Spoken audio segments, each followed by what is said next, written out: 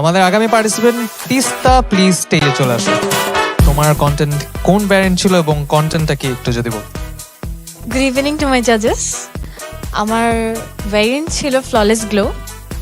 So একটা basic কন্টেন্টকে মাথায় রেখে আমি সুন্দর একটা মিরর ট্রানজিশন করা ট্রাই করেছি।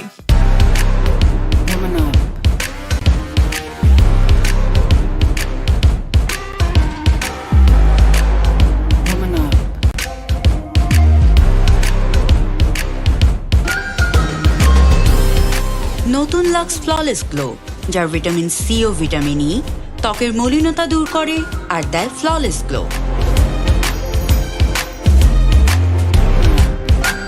নতুন লাক্স ফ্ললেস গ্লো। মেকিংটা ইন্টারেস্টিং, এক্সপ্রেশন একটু বেটার করতে হবে। All the best. Thank you. Usually যা হয় তার থেকে ডিফারেন্ট করার ট্রাই করেছো। মজার ব্যাপার হলো তোমাকে আমি অন্য এপিসোডে অন্যভাবে যখন দেখেছি তখন টোটালি একটা অন্যরকম মানুষ লাগছিল, আর এখানে একদম অন্যরকম লাগছে।